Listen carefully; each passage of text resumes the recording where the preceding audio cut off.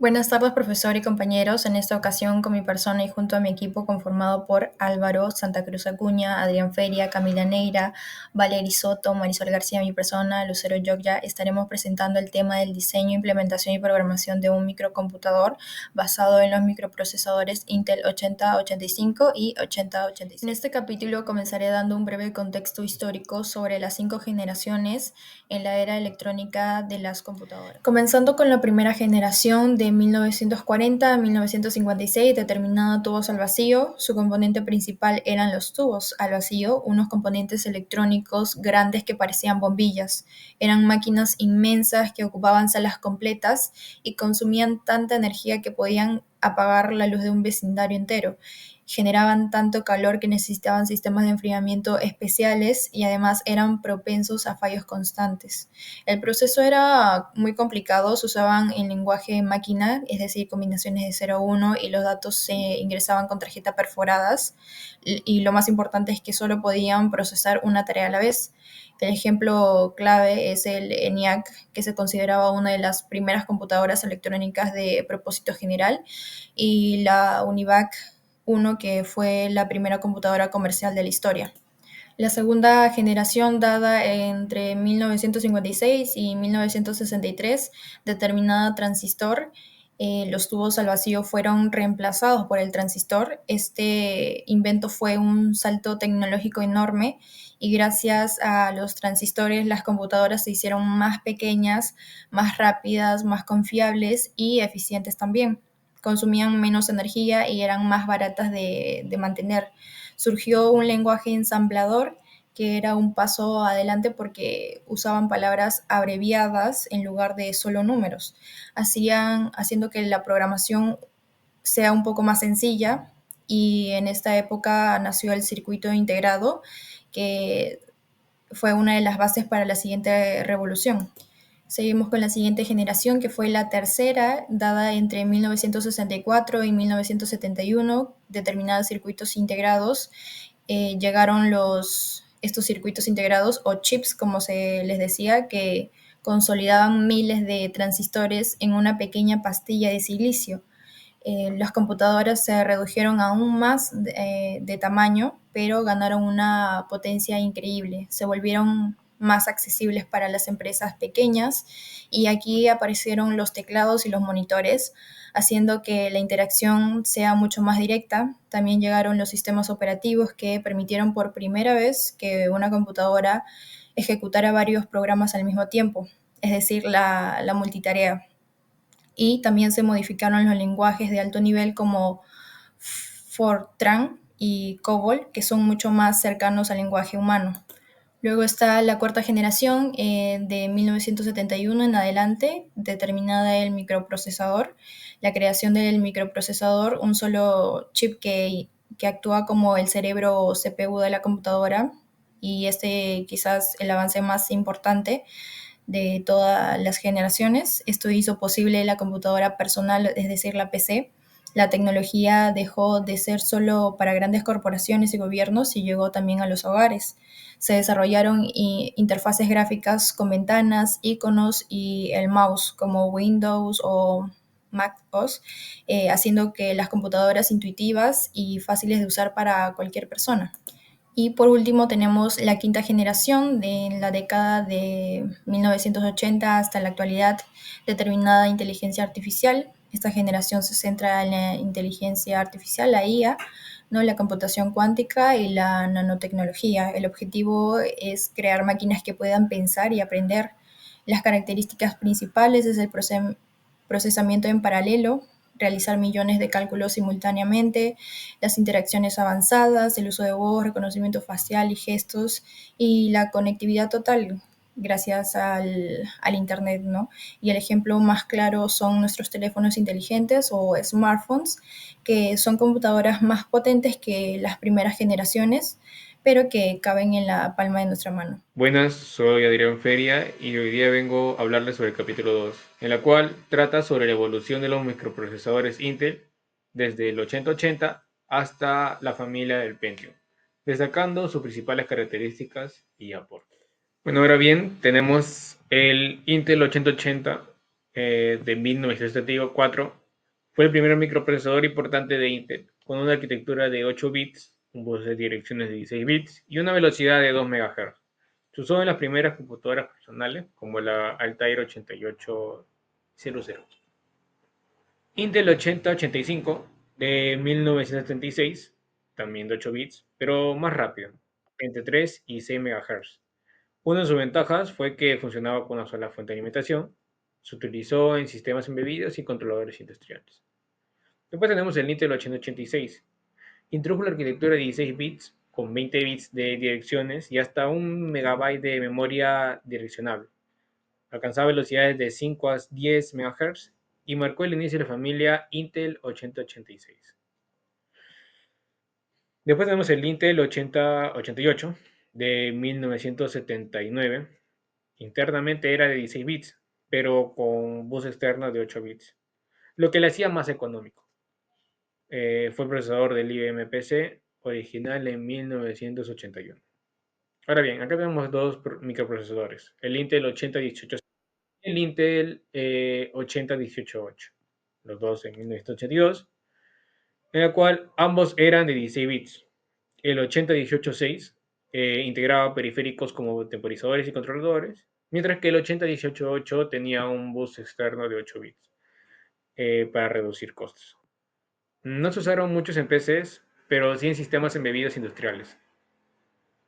El Intel 8028-6 en 1982, un procesador de 16 bits con hasta 25 MHz y capacidad de direccionar 16 MB de memoria. Fue muy popular en las IBM AT y trajo el modo protegido, que permitió la multitarea y protecciones de memoria.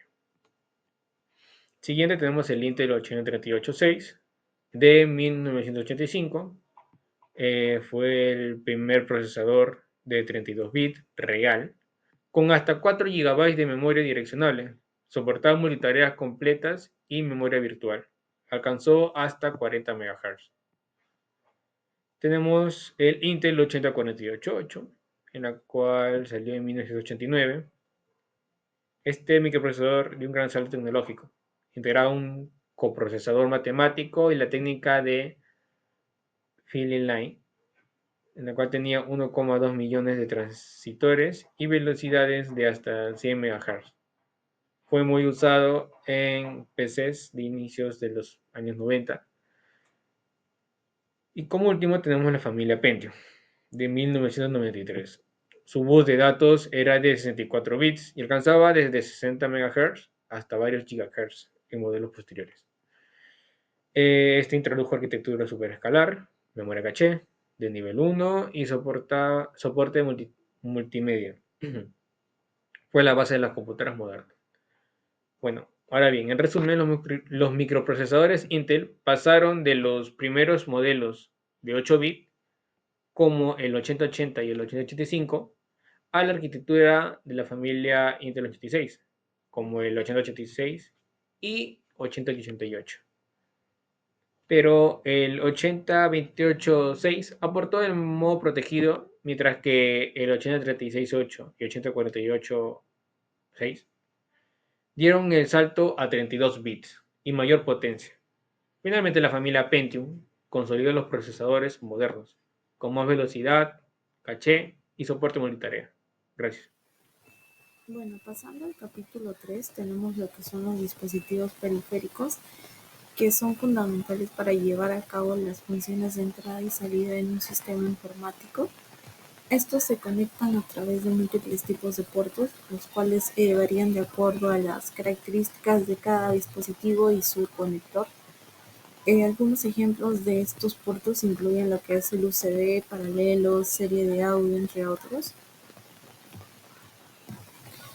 Estos dispositivos periféricos se dividen en primero periféricos de entrada, que son dispositivos que permiten el ingreso de datos desde el exterior.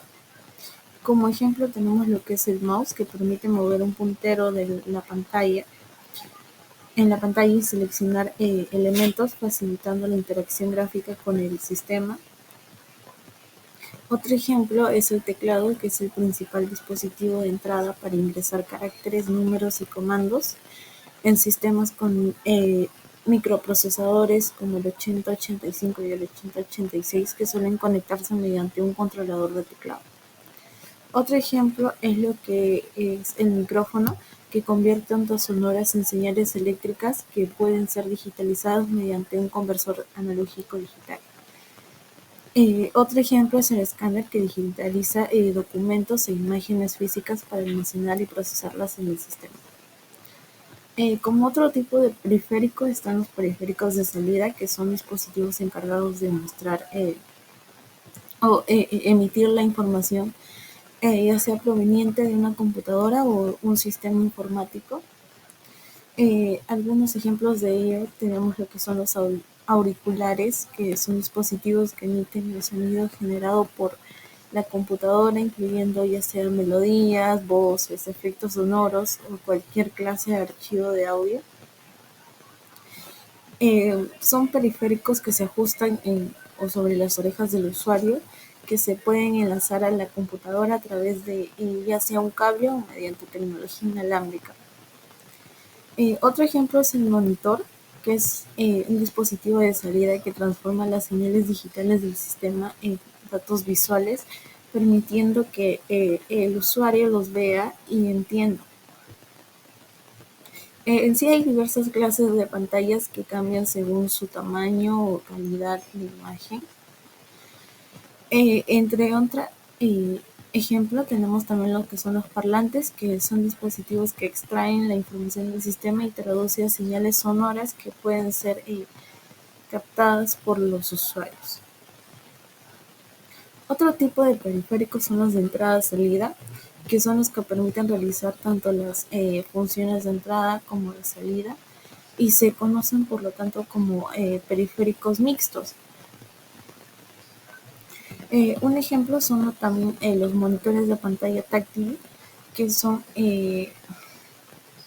dispositivos de entrada-salida, porque muestran la información del usuario en una pantalla que se pueda ser presionada para ejecutar algunas acciones.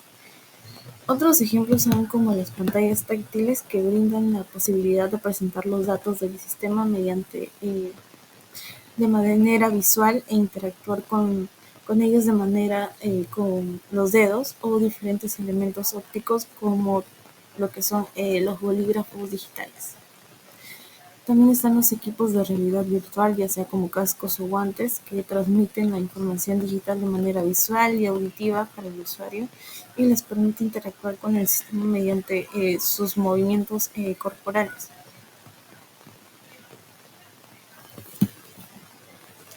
Como otro tipo de periféricos tenemos periféricos de almacenamiento, que son aquellos que permiten guardar información digital para su recuperación, ya sea en un futuro, de manera estable y continua dentro del sistema computarizado, en algún tipo de soporte físico, ya sea removible y portátil.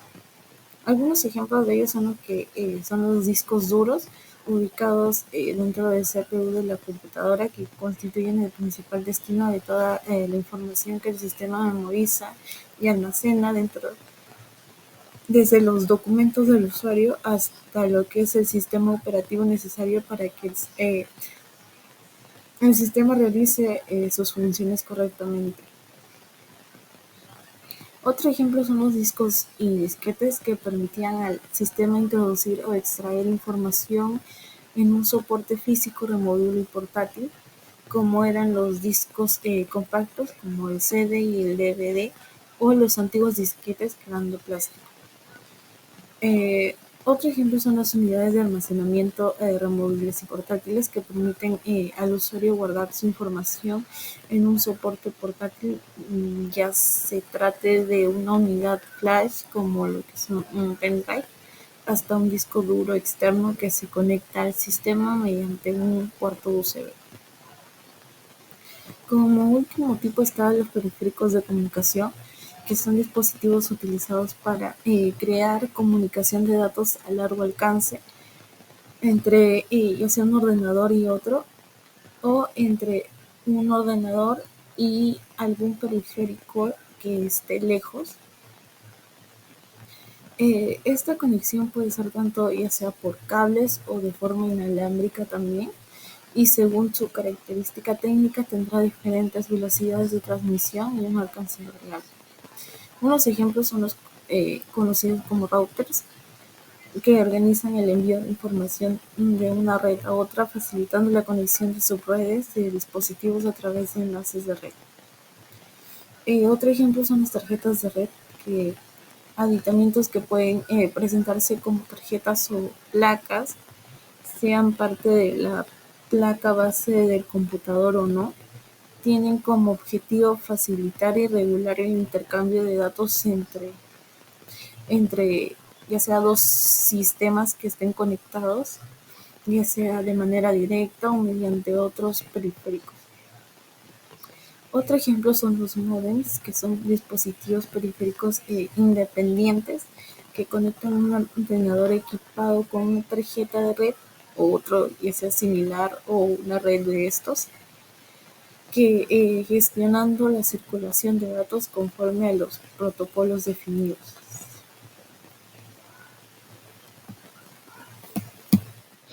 Bueno, continuando con el capítulo 4 tenemos lo que es el diseño de las computadoras con los microprocesadores 8085 y el 8086. En este punto hablaremos sobre lo que es un microcomputador. Un microcomputador es una computadora pequeña cuyo procesador central está integrado en un microprocesador, lo que lo hace más compacta y más económica que otras computadoras. Gracias a su tamaño reducido y su bajo costo, los microcomputadores se han popularizado, ya que estos han dado origen a las computadoras que usamos hoy en día, las computadoras personales. Bueno, en este punto hablaremos sobre el microcomputador Mach 85, el cual tiene un microprocesador 8085, utiliza 8K de memoria y es ampliable hasta los 64K. Consta de una pantalla LCD, un teclado hexadecimal con 4 teclas, 16 entradas y salidas de usuario y 12 circuitos integrados. Lo que se puede apreciar en la imagen es su circuito funcional. Ahora hablaremos sobre el microcomputador M8601, el cual consta de un microprocesador 8086, cuenta con 16K de memoria PROM y 16K de RAM con batería de respaldo, expandible hasta los 256 KB.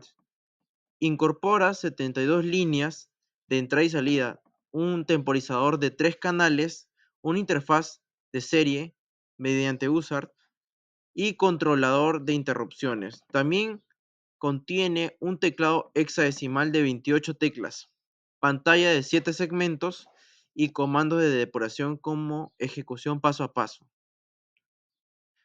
Bueno, ahora seguiremos con el microcomputador TRS-80 Model 100. Este microcomputador fue lanzado en 1983. Fue uno de los primeros microcomputadores portátiles de la historia. Tenían un diseño muy compacto con una pantalla LCD, un teclado completo y funcionaba a pilas, lo que lo hizo muy popular entre periodistas y profesionales, los cuales necesitaban escribir y guardar información en cualquier lugar.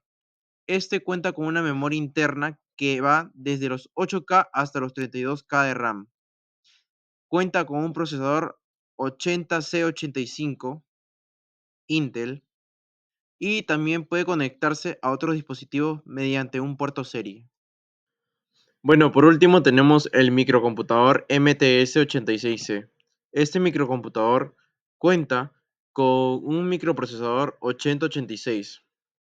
Es usualmente usado para la enseñanza de arquitectura y la programación. Incluye memoria EEPROM, memoria RAM, con batería de respaldo. Cuenta con usar para una comunicación de serie, temporizador, con un controlador de interrupciones y líneas de entrada y salida. Este también dispone de un teclado hexadecimal y una pantalla de 7 segmentos. Continuamos con el capítulo 5, sistemas operativos 8085 hasta la familia Pentium. Bueno, acá voy a explicar cómo los microprocesadores impulsaron la evolución de los sistemas operativos, los lenguajes de programación, las aplicaciones y las bases de datos. Empezamos con el Intel 8085. Fue un procesador de 8 bits En este caso no había un sistema operativo como lo conocemos hoy, sino un firmware, pequeños programas grabados en ROM, conocidos como monitores de hardware. Estos servían para controlar el equipo y ejecutar instrucciones muy básicas. El lenguaje principal era el ensamblador, porque se trabajaba directamente con instrucciones de la máquina. Las aplicaciones estaban limitadas al control de dispositivos sencillos, educación y automatización. En cuanto a base de datos, no existían gestores, solo se usaban archivos secuenciales. En 1978 y 79, con el 8086 y 8088, entramos a la era de las PCs. Aquí aparecen los primeros sistemas operativos reconocibles como CPM-86 y sobre todo MS-DOS, que, aunque eran monotarea, ya ofrecía archivos y comandos. En programación, además del ensamblador, empieza a popularizarse lenguajes como C, Pascal y Fortran. Las aplicaciones también dieron un salto, procesadores de texto como WordStar y hojas de cálculo como Lotus 123, que cambiaron el trabajo en la oficina. En base de datos surge DBase 2, uno de los primeros gestores para PC. En 1985 con el 8286 aparece el modo protegido, que permitía mejor manejo de memoria y seguridad. Gracias a esto se desarrollaron sistemas más avanzados como el OS2 y variantes de Unix. Luego, el 8386 llevó la arquitectura a 32 bits, lo que permitió multitarea real y sistemas más estables. En lenguajes se consolida el C y nace C++, introduciendo la programación orientada a objetos. En aplicaciones vemos programas de gestión empresarial y los primeros intentos de diseño gráfico.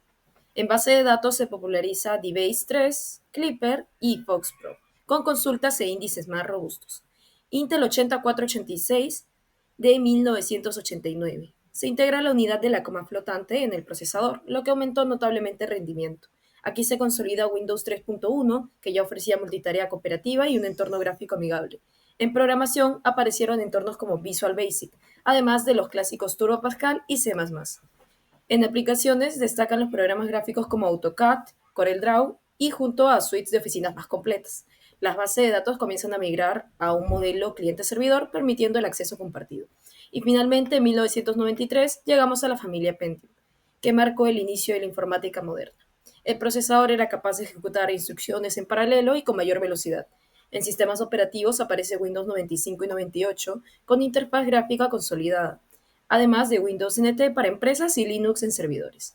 En lenguajes surge Java en 1995 con la idea de portabilidad, mientras C++ se consolida para proyectos grandes y Visual Basic se usa ampliamente en el mundo empresarial. Las aplicaciones entran en la era de Internet con navegadores como Netscape, la consolidación de Microsoft Office y el auge de videojuegos y multimedia. En base de datos, los sistemas relacionales se convierten en el estándar: Oracle, SQL Server, MySQL y Access. Es decir, la evolución desde el 8085 hasta la familia Pentium, que cada avance en hardware permitió un salto en lo que es software. Pasamos de firmware en ROM a sistemas gráficos multitarea, de ensamblador a lenguajes como C++ y Java, de programas muy simples a aplicaciones conectadas a Internet y de archivos básicos a base de datos relacionales multiusuario. Este recorrido sienta las bases de la informática actual, en la que el hardware y software evolucionan de manera conjunta. Bueno, en este capítulo vamos a hablar sobre los emuladores y simuladores de los microprocesadores 8080 hasta la familia Pentium. En este punto vamos a hablar qué es un simulador y un emulador, ¿no? Un emulador es como un traductor con el fin de ejecutar programas o software que fueron diseñados para funcionar en un sistema diferente. Su objetivo es lograr que el programa original crea que se está ejecutando en su hardware nativo. Es por ello que el emulador se encarga de replicar o imitar a muy bajos niveles las características del hardware original. Un ejemplo serían los emuladores de videojuegos, como un emulador de PlayStation, ¿no? Por otro lado, un simulador es más bien un modelo teórico puesto en práctica, ya que su objetivo no es ejecutar un software original, sino crear un entorno virtual que se comporte de manera similar a un sistema o proceso del mundo real. Más que todo, este se centra en replicar las condiciones, reglas y comportamientos externos para así poder analizar, predecir o entrenar sin necesidad de usar el sistema real. Un ejemplo sobre ello sería un simulador de vuelo. Crea un modelo físico de la aerodinámica de un avión para que los pilotos practiquen en situaciones de emergencia. Bueno, vamos a comenzar con el Intel 8080, el microprocesador que fue el cerebro de la primera computadora personal, el Altair 8800. Este emulador recrea la histórica computadora, ya que fue la primera máquina, y su función es emular con gran fidelidad no solo la CPU, sino todo el sistema original, incluyendo su característico panel frontal con interruptores y LED. Esto permite ejecutar el software histórico tal como se hacía en los años 70, cargando programas manualmente mediante los interruptores. Pasando a las ventajas, tenemos que facilita la enseñanza del lenguaje ensamblador del año 8080, permite aprender el manejo del hardware primitivo, ayuda a comprender el origen de la computación personal, ofrece un entorno seguro para experimentar y es una opción económica para aprender sobre sistemas pioneros. Pasando a los requerimientos, aquí nos referimos a las condiciones mínimas que necesita el software para que funcione bien en una computadora, ¿no? Como primer punto tenemos lo que es el sistema operativo, que podría ser Windows, Mac OS o Linux. Como segundo punto tenemos lo que es el procesador, cualquier CPU moderna. En RAM 512 MB a 1 GB mínimo y en disco menos de 100 MB de espacio. Bueno, pasando al microprocesador 8085, tenemos lo que es el GNU SIM del 8085. Este es un simulador educativo diseñado específicamente para el microprocesador Intel de ese año.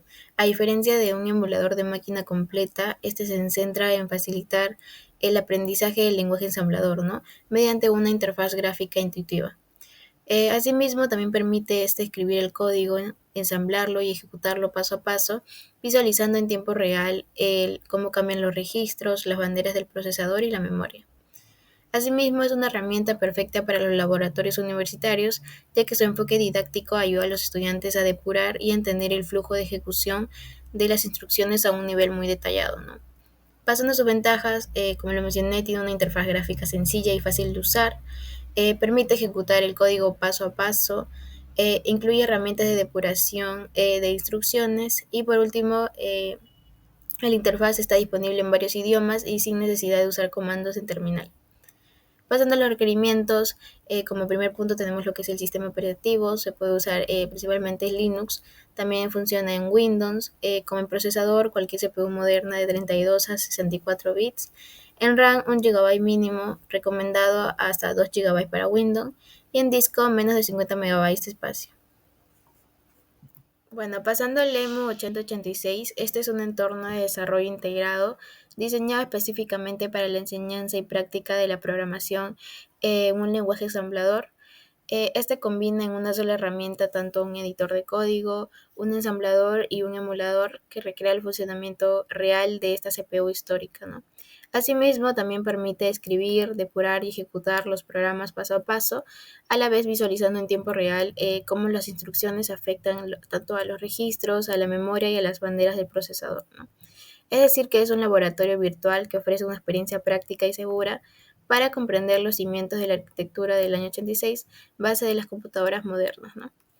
Pasando a las ventajas, tenemos que es una interfaz visual amigable y fácil de entender, permite la ejecución de código paso a paso, incluye herramientas para la depuración de programas, posibilita crear programas en un entorno similar al del microprocesador real y es ideal para aprender programación de bajo nivel y arquitectura de PC, ¿no?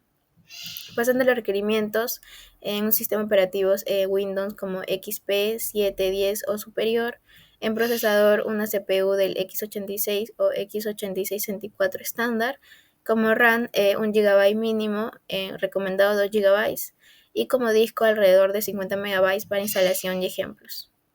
Bueno, QEMU es un proyecto de código abierto que funciona como un emulador de máquina completamente versátil, ya que su capacidad principal es crear una computadora virtual completa dentro de un propio equipo, ¿no? Simulando no solo el procesador, sino todos los componentes del hardware, como memoria, disco duros, tarjetas de red y periféricos. Lo que le hace especialmente potente es que puede emular diferentes arquitecturas de procesador, permitiendo ejecutar sistemas operativos diseñados para otras plataformas, ¿no? Cuando se combina con tecnología de virtualización del hardware, QEMU alcanza un rendimiento casi nativo, siendo una herramienta fundamental tanto para desarrolladores como para entornos educativos y de pruebas, ¿no?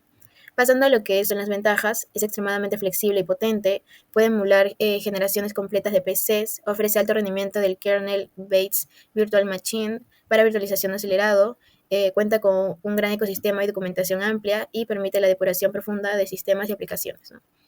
Pasando a los requerimientos, como primer punto tenemos lo que es el sistema operativo, puede ser Windows, Linux, Mac OS. Como procesador, el x86-64 moderno, pasándolo de RAM 2 GB mínimo o 4 GB o más, y en disco 500 MB.